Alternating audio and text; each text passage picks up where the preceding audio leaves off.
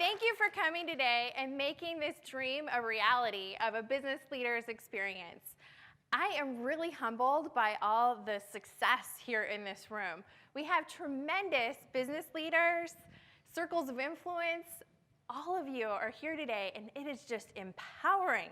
We are going to have an empowering, successful day.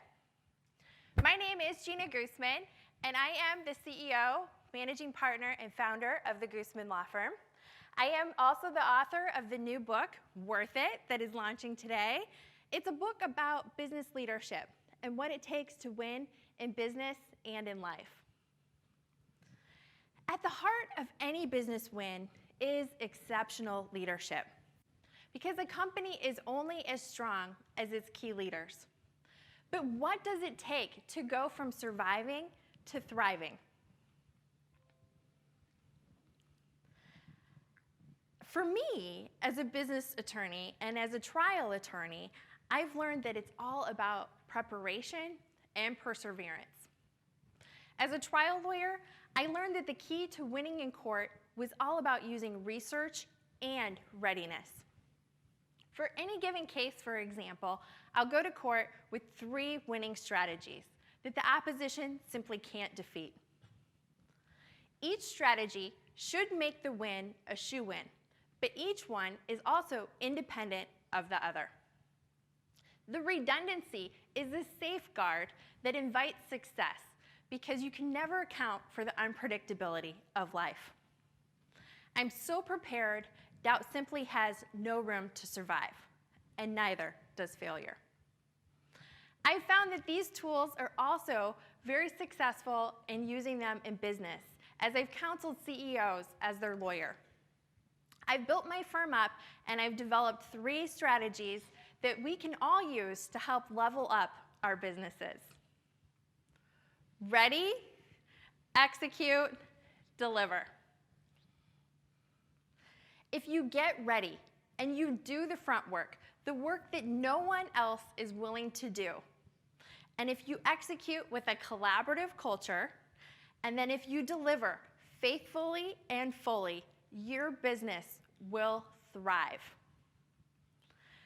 Leadership, it isn't about showmanship or strong arming.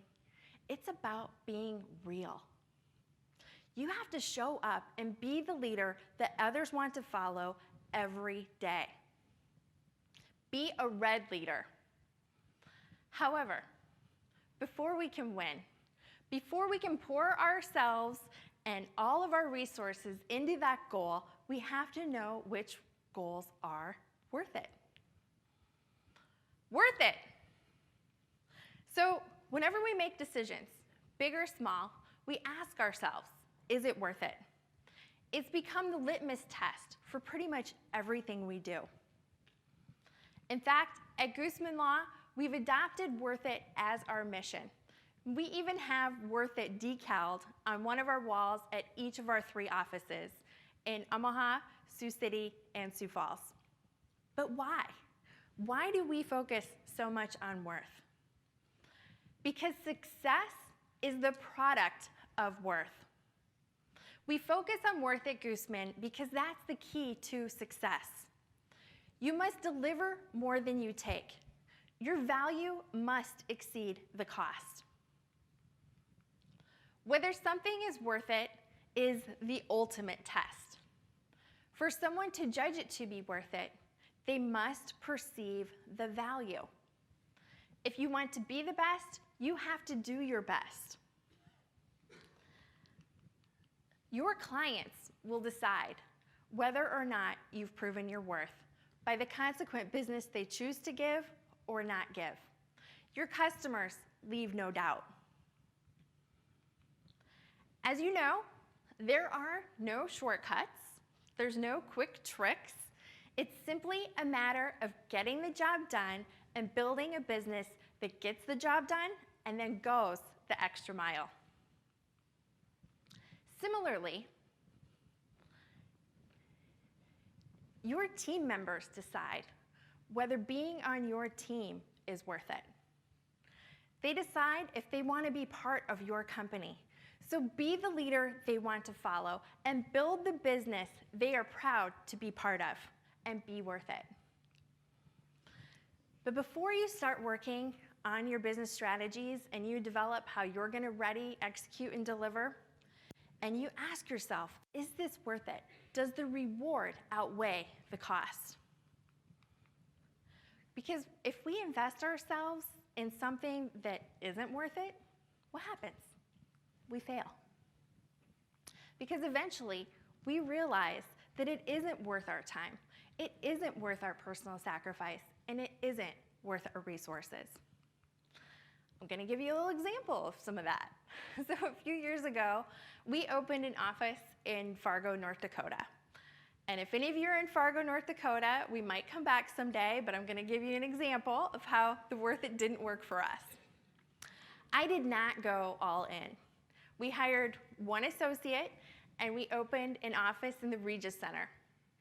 I made a minimal investment of the firm's resources and of our time. There was opportunity and client needs in North Dakota, and yet I was not fully invested, and I did not commit the firm to its fullest potential. The office closed 9 months later, in December, just before the break-even point, and also just before the snow started to really fly. Because the opportunity compared with the opportunity cost wasn't worth it. It wasn't worth that 5 hours of travel through tunnels of snow and the chance of being stranded in North Dakota in the dead of winter. The firm had bigger opportunities that were worth it, and we learned. The Fargo office was part of getting ready for what was to come. Now, in contrast, when we opened here in Omaha, we went all in. The desire to make Omaha work wasn't even in the same galaxy. Having grown up in Omaha, I went to high school here. I'm a Burke Bulldog, for any of those of you that might be in the room. And then I went to Creighton for law school. I'm personally committed to this community. And we started strong. We hired a big-time managing partner, and then we committed to our growth plan. And we onboarded 25 team members in the first 2 years, in addition to building out that Class A space. I have committed my time, and we've committed all of our resources. We have gone all in. Because when you have an idea of the worth of your actions before you take them, it gives you that assurance to go all in. The worth it test is a prerequisite for every decision. And once an idea has passed that test, then you can enter into your win zone, your red zone. Ready. I'm a strategic competitor. Those of you that know me probably know that pretty well. And I rarely take a plaintiff's case and sue another company. That's just not the side of the fence I usually play on. But if the facts are egregious and the case is really compelling, I will. Most lawyers are reactionary. They follow the typical plan of filing suit, building discovery, building their case as they go. When I take one of these cases, I've been known to work up the entire matter before I ever even file suit. I will depose my client. I will hire the experts, get the expert reports, interview all the witnesses, and have the legal arguments written. Then, when I file that suit, the avalanche of preparation is too much to bear for the other side. The last case I took like this, it settled quickly at mediation. My client won, we won, it was worth it. Ready, in and of itself, can be a success strategy. In business, having a clear and actionable plan is key.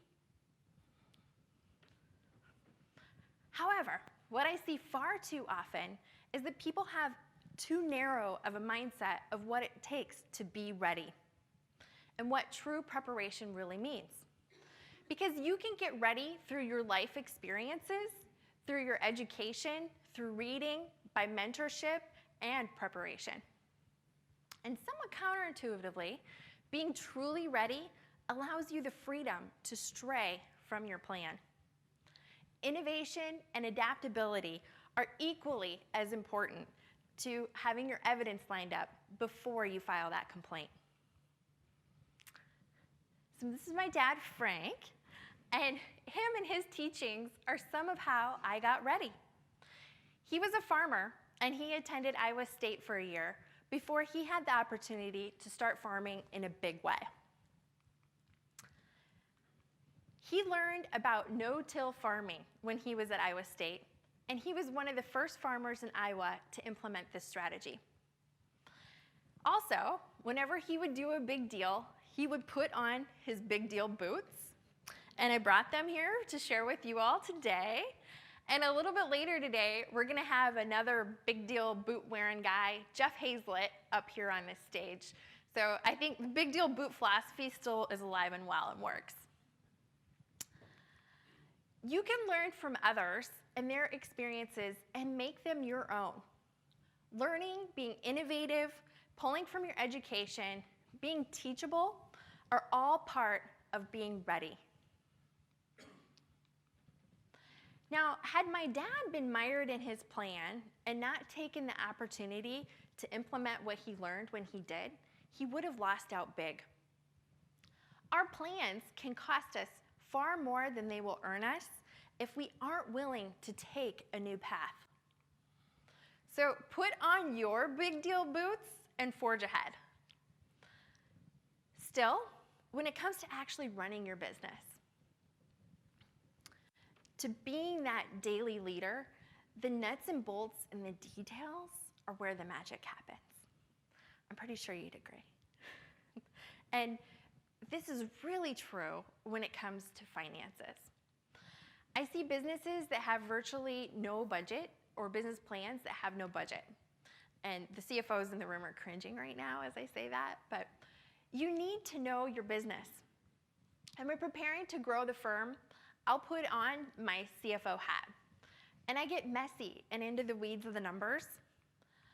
I will do the revenue and expense forecasting, and I will have discussions with those people on my success team. Many of them are here in this room, from our CPAs to bankers and some of our key business advisors. Also, one of the things I did to get ready was I went to Dartmouth and I earned my CEO's executive certificate. So that's the other picture of me up there trying to be like my dad.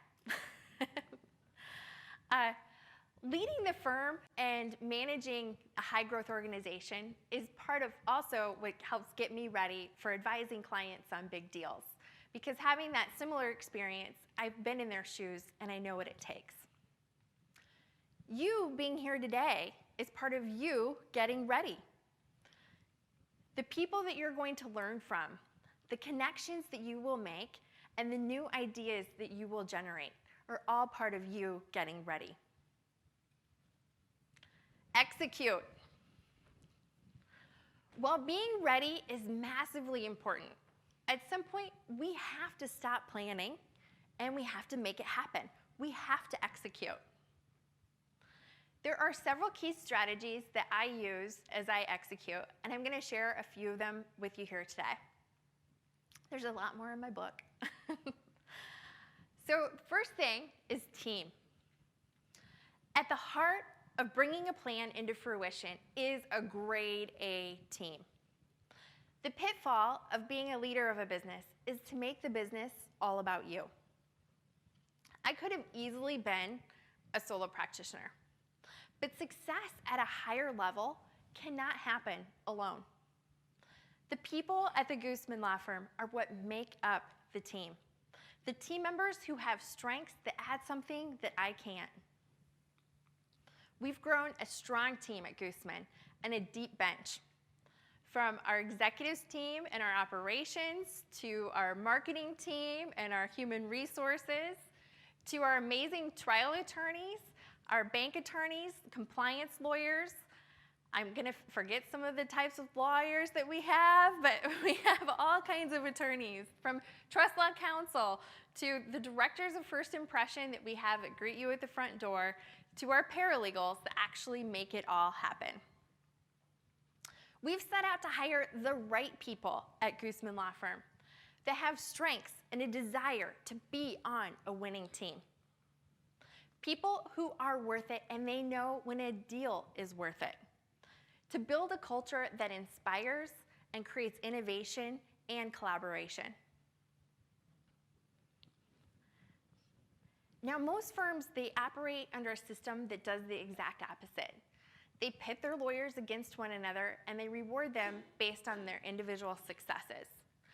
But at Goosmann, we do it differently. We run the firm like a business rather than individual silos. We facilitate collaboration and we've shifted the key to the focus on the client's success. We have a written statement of mission, vision, and values, and we hire and we train on that mission, vision, and values. Our model is the key to our collaboration and our teamwork. Culture. Some of you might be up in those pictures. Your cultural foundation is your business model.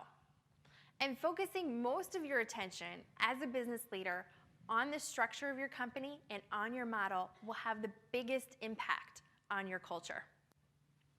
For example, if you reward your leaders for leading teams, you're way more likely to get a team-based approach. How you lead in the moment also impacts that culture. Let me give you an example. In my book, I talk about a new concept I call the culture jury, where your team members are like your jury and they decide what your culture is. You, as the leader, serve them up the evidence. Now, you're going to have difficulties, and how you respond to those difficulties as a leader is key. When you respond to failure with compassion and just plain care, it gives your team room to grow. And rather than having a culture of fear, it builds trust. Plus, with a team of really high achievers, if they fail, they're going to be way harder on themselves than you ever could be.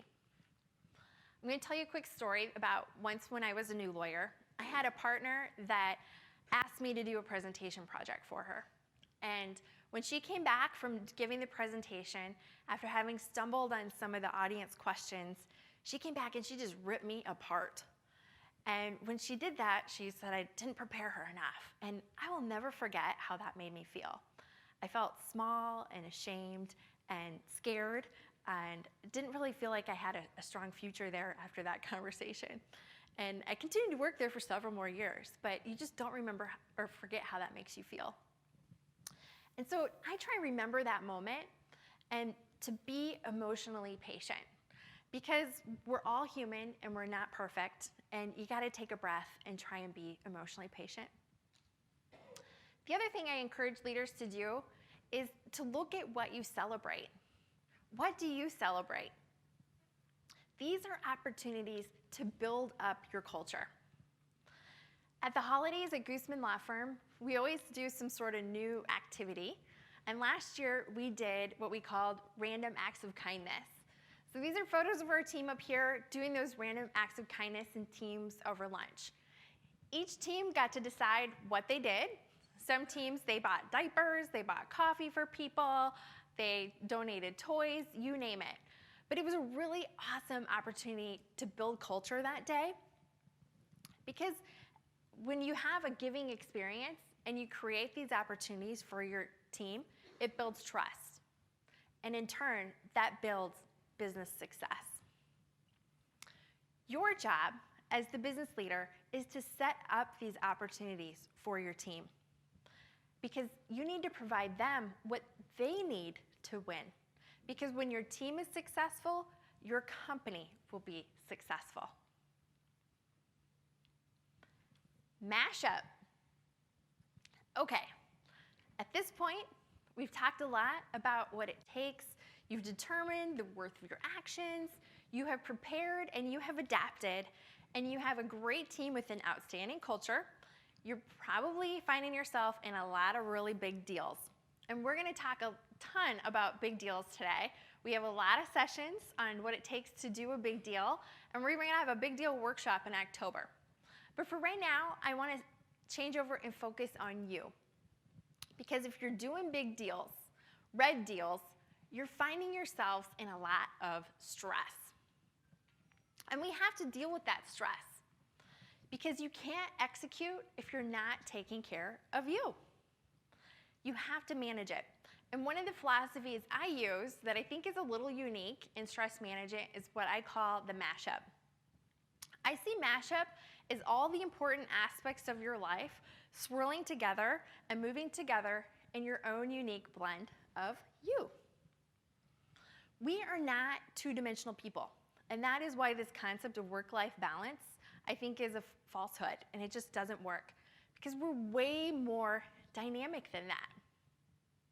At some point, certain aspects of your life will take more than others. And each of us has our own unique blend of mashup. So what works for me isn't going to be the same as what will work for you. My mashup will include my work, travel, family, career, and relationships, and spirituality. The reality is you don't ever stop being you. When I'm at my kid's soccer game, I'm still a lawyer. When I have to figure out how to eat well at traveling for work, I'm still working on that. It's part of my mashup. And each one of us is going to have different techniques that you'll use as part of your mashup in this concept. One of my favorite things to do is to vacation. I see some other fellow vacationers out here. And I love to plan that vacation almost as much as I like to go on the vacation. And even when I go on vacation, sometimes I'll use this same concept of mashup. And let me give you a quick example. So Florida, I have a lot of family in South Florida, and we'll take vacations down to South Florida with the kids. And while I'm there, I'll also take a day of that week and plan to meet with some people to network with and promote the South Dakota Trust business. Then we'll go to the beach, and at the back end of that vacation, I'll have the opportunity to meet with some snowbirds that might be clients down there and either help them prepare for a deal or an upcoming deposition. By mashing up the different aspects of your life, it's a more holistic view of who you are. And it doesn't mean that you don't ever take a break. I'm not saying that, but it's being more creative with layering those different aspects of who you are. Today, in our first break, we have an opportunity for all of you to do an exercise that's called laughter yoga. And I think doing laughter yoga is an opportunity for you to mash up a business leaders conference in the middle of your day. So try it out. Giving mindset. Having a giving mindset is another execution strategy. Through it all, you need to be thankful and grateful. When I was a kid, my mom right in the front row, she was the queen of the Daughters of the Nile, and that's her on the far right up there. And that's a women's shrine organization that raises money for the children's hospitals. And in particular, they raised money for the burn unit. And having toured the burn unit and seeing these kids suffer, they were really motivated to help these kids in any way they could. So what they did is they made peanut brittle. They didn't just make a little bit, they made 800 boxes of peanut brittle. And I still remember the year that the peanut brittle was getting sticky. And since the peanut brittle was getting sticky, they moved it all to the basement of our house. And they sold the 800 boxes of peanut brittle out of the basement of our house. It was the same year that the price of ingredients had skyrocketed. And they actually didn't know if they were going to make any money. So my mom went to the owner of Wells Dairy, which is a small little ice cream manufacturing plant, and arranged to buy the ingredients from Wells Dairy in bulk. Now this was a lot of hustle, but the hustle was for the kids, and it was to give. Your ability to give because you have been successful, your ability to help and give back is part of what makes it worth it in life. When you give back to others, that universe sends it back to you in some other way, shape, or form. Execute with a giving mindset. Today, we have 3 different charity partners that are here with us today, 3 different nonprofits. We have the American Heart Association, the Food Bank, as well as the Lymphoma and Leukemia Society. I really encourage each of you to get to know those 3 nonprofits and how you might be able to help. All right, so now that we've prepared, we've done the front work, and you've managed your stress, and we're in a good headspace, it is time to deliver. It is time to win. Deliver. For me, as a lawyer, delivering happens in the courtroom when we deliver a win, or delivering happens when we do an estate plan and we provide a client peace of mind, or delivering happens when we close that big deal. Delivering is consistently and regularly providing for my clients. And it's the fun part. It's the rush. Because when you get to see your client be the hero, that is so satisfying. You've put in the work to help them accomplish their goal. As a leader, you are required to deliver. You are required because you are held accountable for the company. Delivering is also closure. It can be hard to depart with a big project. It's going to be hard when this big day is over. But you can't let that shadow of the closure blind you from all the work that you've put in. If you reflect backwards, it's way more gratifying. You also can't let the shadow of that success blind you from the next opportunity. Because it's important. Once you have had that closure, you have to deliver again. You have to get up and start again. You have to find worth again. A strong business is a red business.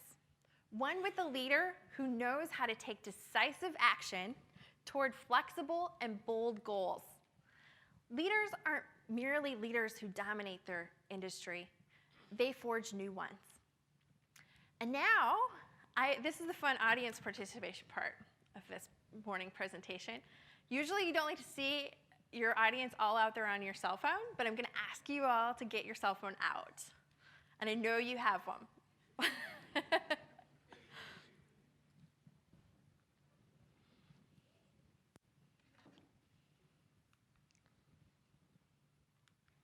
Okay, so I hope you have enough coffee this morning, so we're going to be able to accomplish this together. How many of you have heard of this small little company, Amazon? All right, I'd like you to go to Amazon on your phone, whether you have the Amazon app or you go to Amazon.com.